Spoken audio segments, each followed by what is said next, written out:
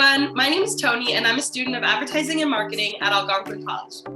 Today, you're watching the very first episode of the Alumni Project, a series of interviews conducted by students of the Algonquin Science team. In this series, we're going to be meeting and chatting with a few different Algonquin alumni to see what they've been up to since graduation.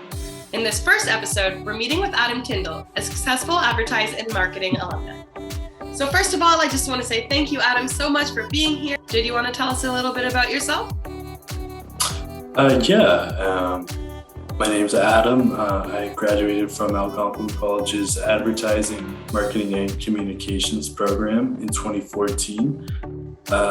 In that program, I learned a multitude of different skills, everything from graphic design to sales to marketing and promotions. And I gravitated towards videography, and I ended up getting an internship at Carleton University. From there, I ended up working at a magazine, a publishing house out in Canada called Legion Magazine. It was a great experience, and it led me to just this past year becoming the videographer and multimedia developer for Elections Canada.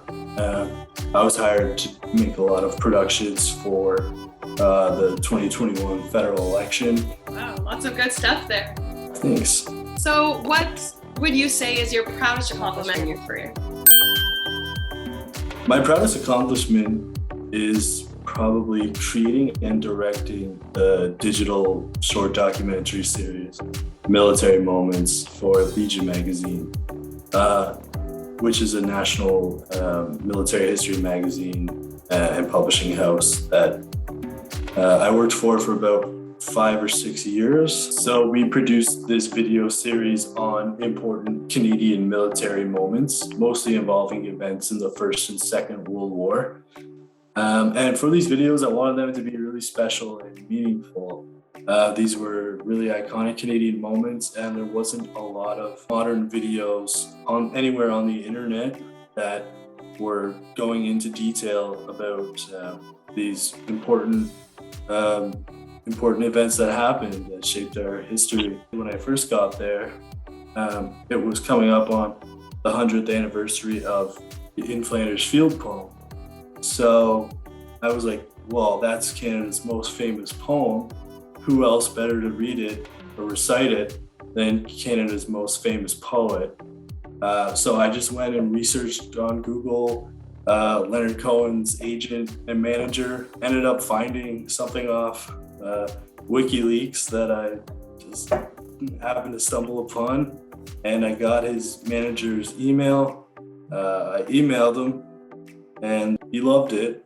We met over the phone, and a few weeks later, we ended up getting the recording from Leonard Cohen. In Flanders Fields. And then I paired it with powerful images from the First World War, and it ended up being like a viral video.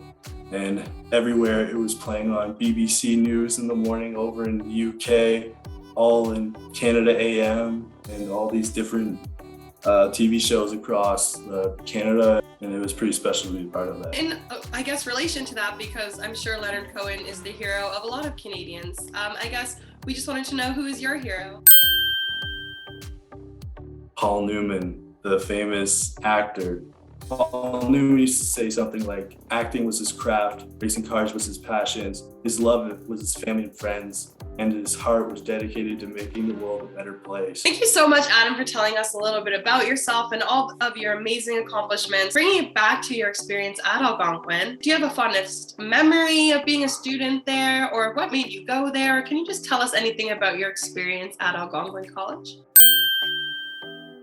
My fondest memories were just hanging out with all my great classmates and working together on group projects. So I don't have like one specific fondest memory, but just like all those together is what I miss most, being in those moments with all my friends and classmates and getting awesome grades and kicking ass. Those are some of my favorite memories that I'm making, and all of our fellow students are. And because we're a student newspaper, a lot of our readers don't really have experience or expertise in the workforce yet. And we were just wondering, how do you pick yourself back up after making a mistake at work?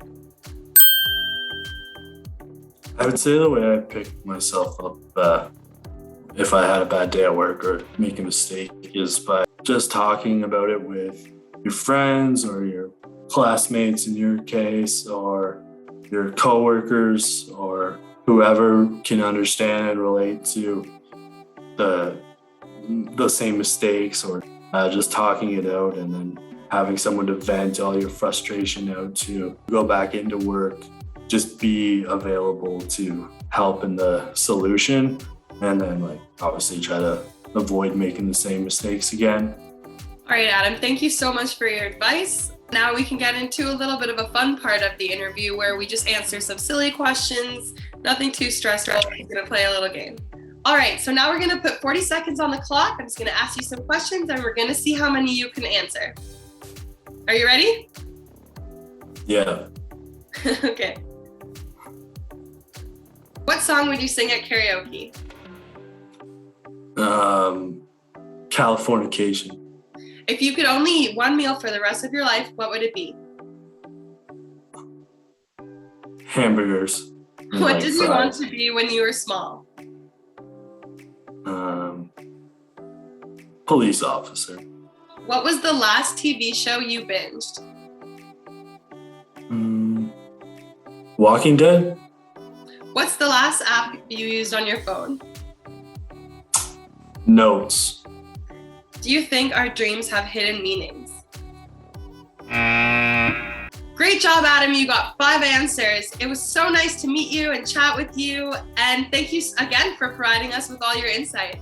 So if you're not following us already, go give us a follow at AT Promo and also follow our bi-weekly newsletter.